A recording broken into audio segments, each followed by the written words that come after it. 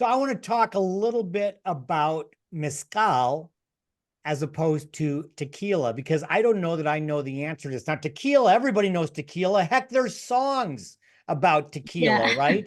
But I think sometimes mezcal gets lost in that. So do us a 101. What's the difference between the two? Yeah. So there's a lot of differences, especially because when you think of like history and like politics, the history and politics of like just in general, like Mexican food is like very complicated, and that comes down to also its spirits.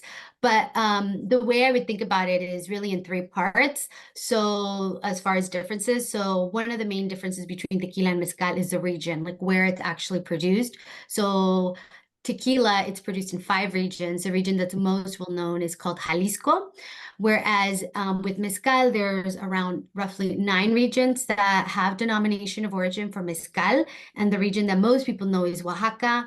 And of course, the state of Michoacan is also included in that, which is where my family is originally from. So that's the first difference, the region where it comes from. The second one is the plant that's actually used to make the spirit. So with tequila, only blue agave is used in the production, whereas with mezcal, you can use different types of agave. And then the third difference, and this is where I personally believe that that's where the biggest difference comes in, and that it's in the distillation process, like how you actually make the spirit.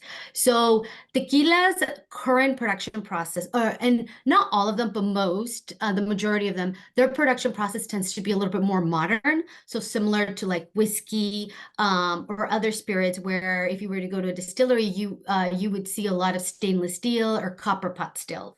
Whereas with mezcal, specifically the mezcal that we are producing at Mosel, um, we are going back hundreds of years back in time. And so just like at a high level, like the production methods that I'm talking about is, for example, the agave, we cook it in an underground volcanic earthen oven that we cover up. It's essentially like a pit, right? Underground, and we cook the agave there. Whereas with tequila, it's done in an autoclave, which is kind of like a steam oven, big stainless steam oven.